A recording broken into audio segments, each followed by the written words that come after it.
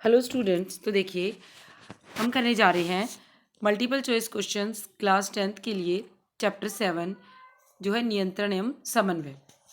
First question हमारा है घ्राण ग्राही किसके लिए होते हैं। तो घ्राण ग्राही आपकी गंध की संवेदना के लिए होते हैं, जो आपकी जिसको आप नोज बोलते हो, नाक बोलते हो, तो उसके लिए घ्राण ग्राही आपके परमस्तिष्क में होते हैं।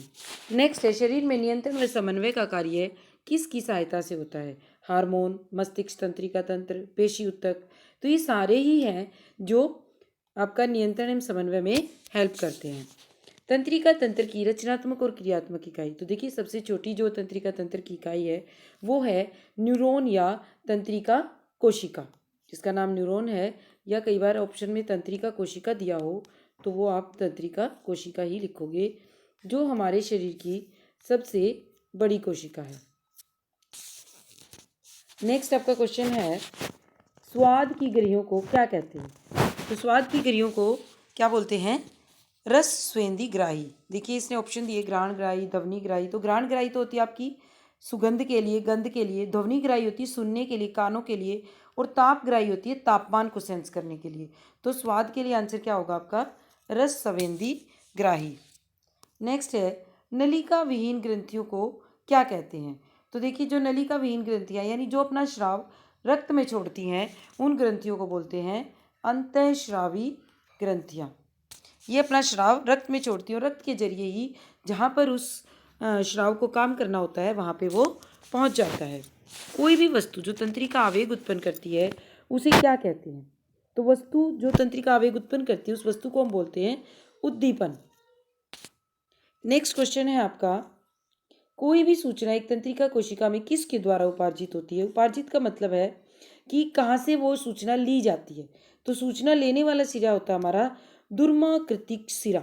दुर्माकृतिक सिरा होता है जिससे क्या है कोशिका काय, कोशिका काय के बाद तंत्रिकाक्ष, और तंत्रिकाक्ष से वो तंत्रिका के अंतिम सिरे तक पहुंचती है। नेक्स्ट क्वेश्चन है दो तंत्रिका कोशिकाओं के मध्य खाली स्थान को क्या बोलते हैं। उसको बोलते हैं साइनेप्स, सिनेट। ये सिनेट्स नहीं है एक्चुअली, ये होता है साइनेप्स, SYNAPS। इसको बोलते हैं सिनेप्स। अगर हिंदी में लिखें तो होता है सीनेप्स, आधा प और से, इस तरीके से लिखते हैं सिनेप्स को। नेक्स्ट क्वेश्चन देखिए दुर्मिका में विद्युत आवेग कहाँ जाता है। तो दुर्मिका से विद्युत आवेग कहाँ जाएगा? कोशिका काय में। हमने तंत्रिका कोशिका का चित्र भी किया था कि किस तरीके से आपकी ये दुर्मिकाएं बनी होती हैं, और इस तरीके से आपकी कोशिका काय है, ये तंत्रिकाक्ष होता है, ये आपका केंद्रक होता है। तो ये होती है आपकी दुर्मिकाएं। ये देखिए कोई भी जो उद्दीपन आपका लिया जाता है वो इन दुर्माकृतिक सिरों द्वारा लिया जाता है। और फिर ये वाली बॉडी, दिस वन, इसको क्या बोलते हैं हम? कोशिका काय। कोशिका काय में भेज दिया जाता है और कोशिका काय के द्वारा लास्ट में कहा जाएगा? पहले तंत्रिकाक्ष में। ये क्या आपका तंत्रिकाक्ष, और इसके बाद आता है तंत्रिका का अंतिम सिरा।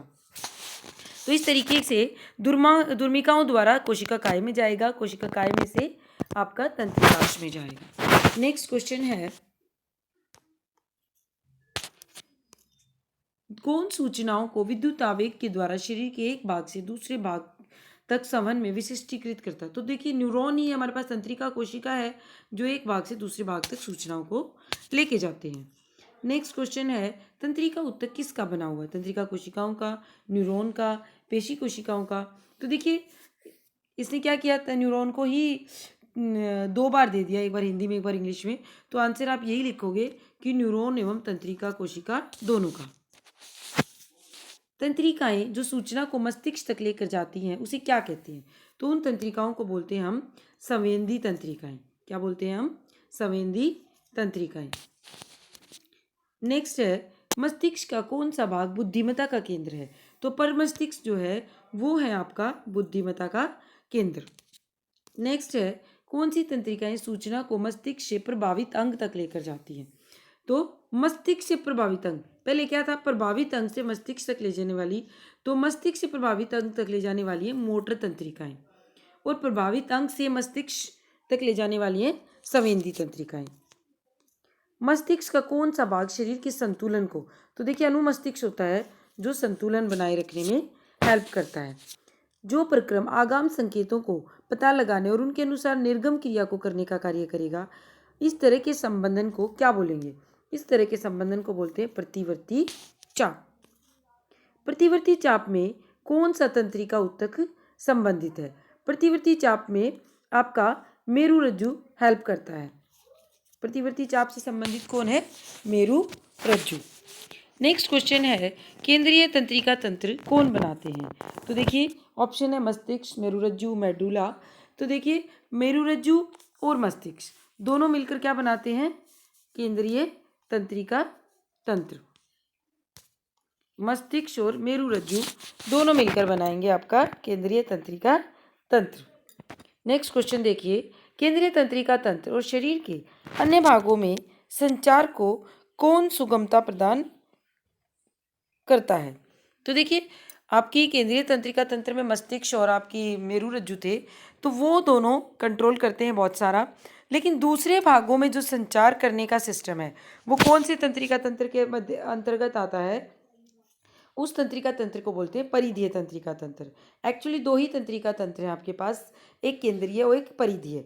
पेशीय तंत्र कोई तंत्र नहीं होता है जो आपका मस्तिष्क से संबंधित हो या कंट्रोल से संबंधित हो या संचार करने से संबंधित हो।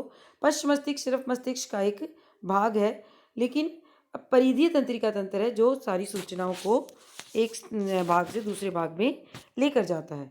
इसने कहा परिधीय तंत्रिका तंत्र किससे बना होता है? कपाल तंत्रिकाओं से, मेरु तंत्रिकाओं से या पेशी? मैंने बताया पेशी तंत्रिकाओं की बात ही नहीं होती। तो आपकी दो तरह की तंत्रिकाएं हैं, कौन कौन सी हैं?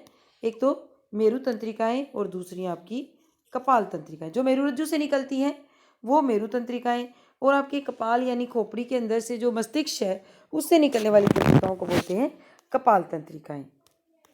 तो ये हमारे क्वेश्चंस थे मस्तिष्क वाले लेसन के, आप इनको अच्छे से ध्यान से कीजिए। 99% जो आपके एग्जाम में क्वेश्चंस आते हैं इनमें से ही आते हैं। So learn this carefully and if you like the video please subscribe my channel and share the video to your friends. Thank you.